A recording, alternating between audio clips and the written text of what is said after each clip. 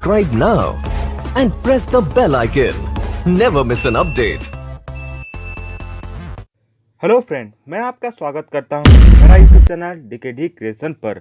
Friend, आज की video में हम बात करने वाले हैं प्लाटो थ्योरी ऑफ जस्टिस के बारे में, जहां पर हम मुख्यतः चार चीज़ों को यहां पर इंपॉर्टेंस देंगे और चार चीज़ के बेसिस पर ही आज हम पूरा वीडियो पर उसके आधार पर ही डिस्कशन करेंगे। वो पहला है तीन न्याय की सिद्धांत, प्लाटो की न्याय की अवधारणा, न्याय सिद्धांत की विशेषताएं और न्याय सिद्धांत की आलोचना के बारे में।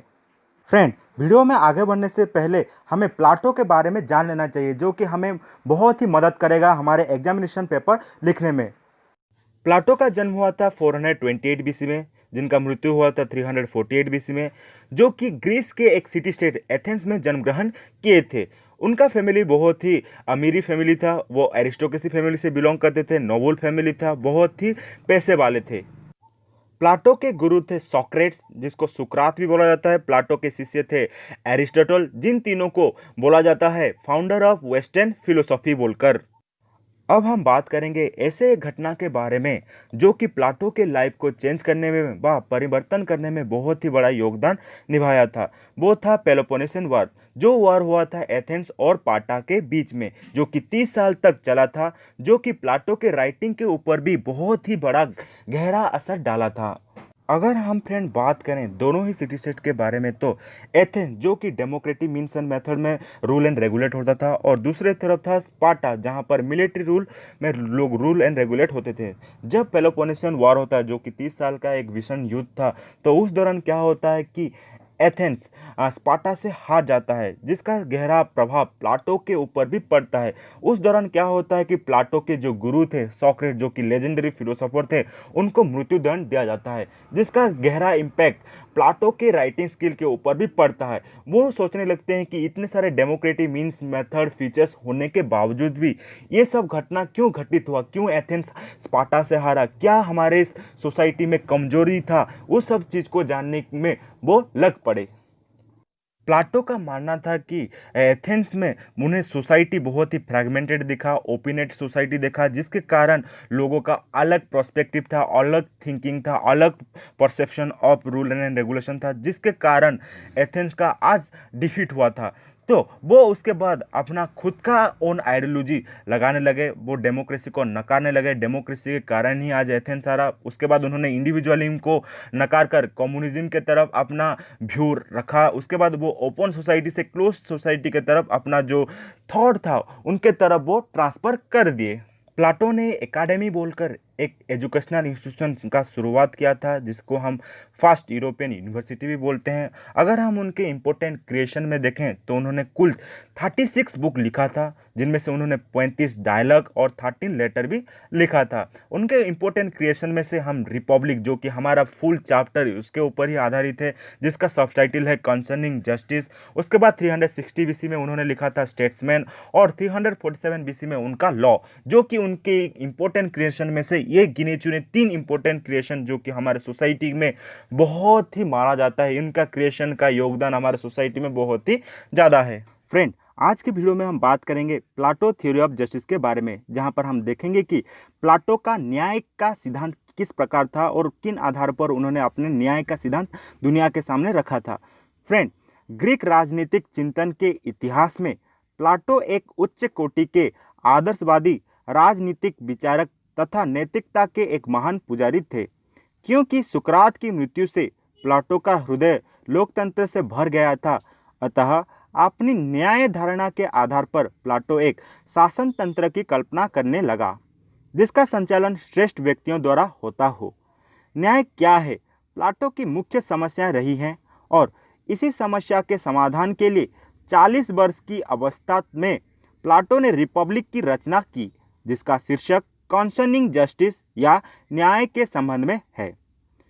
प्लाटो ने आदर्श राज्य का निर्माण ही एक निश्चित उद्देश्य से किया, और वह उद्देश्य एक ऐसी राजनीतिक व्यवस्था की स्थापना करना है जिसमें सभी व्यक्तिक, सामाजिक और राजनीतिक संस्थाओं न्याय से अनुप्राणित हो।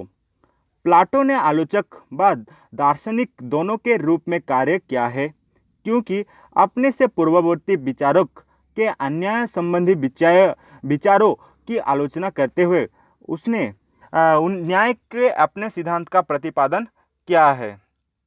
प्लाटो न्यायों का केवल नियमों के पालन तक सीमित नहीं मानता था, क्योंकि न्याय मानव आत्मा की अतः प्रकृति पर आधारित है। अब ये दुर्बल के ऊपर सबल की विजय नहीं है, क्योंकि ये तो दुर्बल की सबल से रक्षा करता है। प्लाटो के अनुसार एक न्याय उचित राज्य सभी की अच्छाई की ओर ध्यान रखकर प्राप्त किया जा सकता है। एक न्याय उचित समाज में शासक, सैन्य वर्ग तथा उत्पादक वर्ग सभी वो करते हैं जो उन्हें करना चाहिए। इस प्रकार के समाज में शासक बुद्धिमान होते हैं, सैनिक बहादुर होते हैं और उत्पादक आत्मनियंत्रण या संयम का पालन करते हैं। सुकरात के माध्यम से इन विचारों को व्यक्त करने से पूर्व प्लाटो ने उस समय विद्वान न्याय के प्रचलित सिद्धांतों का खंडन किया। तत्कालीन समय में मुख्य रूप से 3 न्याय के सिद्धांत प्रचलित थे। पहला था परंपरागत सिद्धांत। इस सिद्धांत के पूर्वतक सिफोलस तथा उसका पुत्र पॉलीमार्कस था। सिफोलस के अनुसार सत्य बोलना तथा कर्ज को चुका देना ही न्याय है। पॉलीमार्कस के अनुसार मित्र के साथ अच्छा व्यवहार तथा शत्रु के साथ बुरा व्यवहार करना ही न्याय है। प्लाटो ने न्याय की कुछ के लिए अच्छे और कुछ के लिए बुरे होने का समर्थन नहीं किया।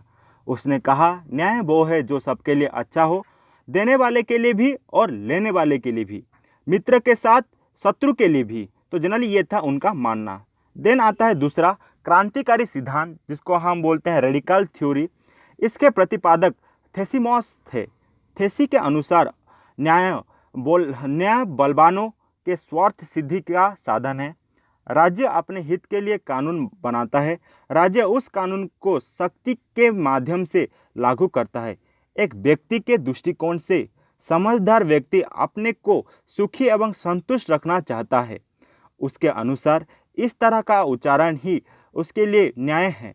इस प्रकार जो राज्य की दृष्टि में न्याय है वो व्यक्ति के दृष्टि में अन्याय है।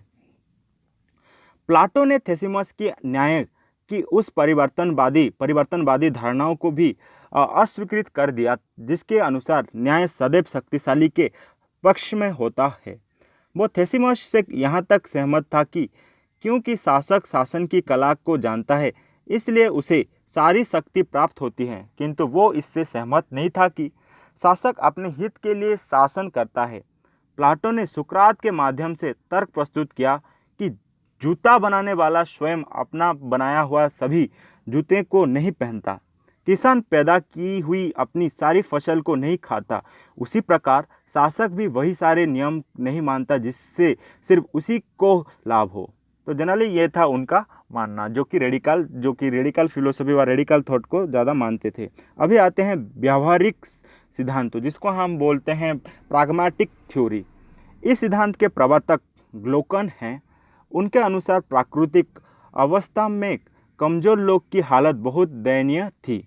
उनको उनके प्रकार के कष्ट सहन पड़ते थे।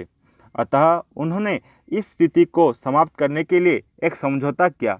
यह समझौता इस उद्देश्य से किया गया कि अब हम ना तो अत्याचार करेंगे और ना ही अत्याचार करने देंगे। इस प्रकार कमज़ोर लोग ने अपने हित के लिए न्याय का विकास किया। प्लाटो इस सिद्धांत से भी असहमत होते हैं।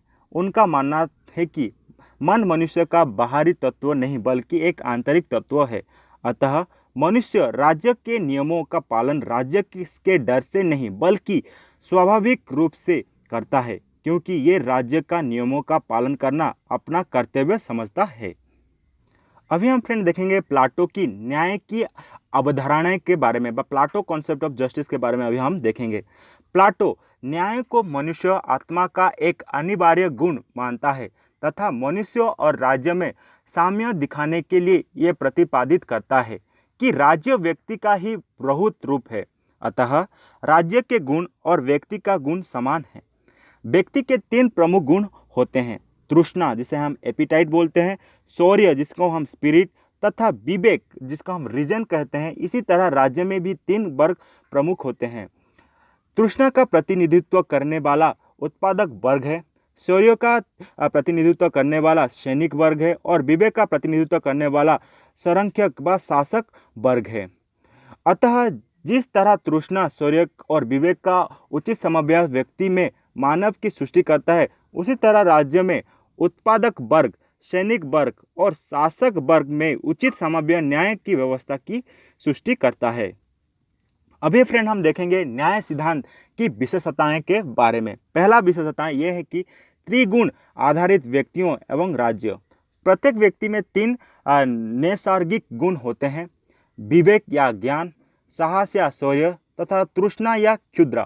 राज्य भी जो व्यक्ति का विराट रूप है, इन्हीं गुणों को परिवेक्षित करता है। ज्ञानवान शासक वर्ग का, शौर्यवान सैनिक वर्ग का और तथा तृष्णायुक्त वर्ग उत्पादक वर्ग का निर्माण करते हैं। इन तीनों वर्ग में सुंदर समन्वय ही न्याय की सृष्टि करता है और राज्य को आदर्श रूप प्रदान करता है। दूसरा उसका है कार्य विशेषीकरण का सिद्धांत। समाज में विद्वान ये तीनों वर्ग जब अपने अपने प्राकृतिक गुणों के अनुसार निष्ठापूर्वक अपना अपना कार्य करते हैं और अन्य लोगों के कार्य में हस्तक्षेप नहीं करते हैं, तो वो कार्य कुशलता को ही प्राप्त नहीं करते हैं, बल्कि एक समरसतापूर्ण एक एकताबद्ध राज्य का निर्माण भी करते हैं। देन उसका तीसरा है नैतिक सिद्धांत। प्लाटो का न्याय सिद्धांत आधुनिक युग की तरह वैधानिक नहीं है, बल्कि पूर्णतः नैतिक है। ये सार्वलौकिक न्याय की स्थापना करता है, सिर्फ वैधानिक न्याय की नहीं। ये मानव की पूर्ण नैतिक कर्तव्यों की व्याख्या करता है, सिर्फ उसके कानूनी कर्तव्यों को नहीं। अर्थात प्लाटो की न्याय की परिकल्पना पूर्ण तथा आत्मिक है, वो मात्र आवैधानिक नहीं है। देन आता है व्यक्तिवाद विरोधी। प्लाटो व्यक्तिवादी नहीं समष्टिवादी हैं। अपनी इस अवधारणा के आधार पर वो ये प्रतिपादित करते हैं कि व्यक्ति का अपना आप में कोई महत्व नहीं है, उसका महत्व समष्टि अर्थात समाज के सदस्य होने में ही निहित है तथा उसके रूप में वो अपने व्यक्तित्व का पूर्ण विकास करने में सक्षम होता है। उसका 5th नंबर जो पॉइंट है वो है आंगिक एकता का सिद्धांत। प्लाटो का न्याय सिद्धांत व्यक्ति और राज्य के माध्यम आंगिक एकता का प्रतिपादन करता है। राज्य शरीर है और विभिन्न व्यक्ति और उनके वर्ग राज्य के विभिन्न अंगों का निर्माण करते हैं। उसमें शरीर की तरह ही आंगिक एकता है। जैसे शरीर से पृथक उसके अंगों की कल्पना नहीं की जा सकती, उसी तरह बिना राज्य के व्यक्ति की अस्तित्व की कल्पना नहीं की जा सकती। देन उसका 6ठा पॉइंट है दार्शनिक शासक। प्लाटो की न्याय सिद्धांत के कार्यान्वयन का दार्शनिक शासक एक स्वाभाविक परिणाम है, क्योंकि वो ही कंचन और कामिनी के मुँहों से मुक्त होकर पूर्ण निस्वार्थ भाव से राज्य शासन का विवेकपूर्ण ढंग से संचालन करता है। दार्शनिक शासक का शासन ज्ञान का शासन या ज्ञान की संप्रभवता का शासन है। वो राज्य को आदर्श रूप प्रदान ही नहीं करता, बल्कि उसे अनवरत बनाए भी रखता है। अभी हम फ्रेंड देखेंगे न्याय सिद्धांत की आलोचना व क्रिटिसिज्म। पहला है न्याय सिद्धांत नैतिक है, वो वैधानिक नहीं है। प्लाटो का न्याय सिद्धांत नैतिक चरित्र का है, आधुनिक युग की तरह वैधानिक चरित्र का नहीं। यह विधि से उत्पन्न नहीं होता है, बल्कि प्रत्येक व्यक्ति द्वारा अपने नैसर्गिक कर्तव्य पालन से उत्पन्न होता है। यह भावना मात्र है, कानून नहीं। जबकि वास्तविक दृष्टि से ये दोनों अलग अलग वस्तुएं हैं। दूसरा क्रिटिसिज्म यह है कि अधिकार दंड की व्यवस्था नहीं।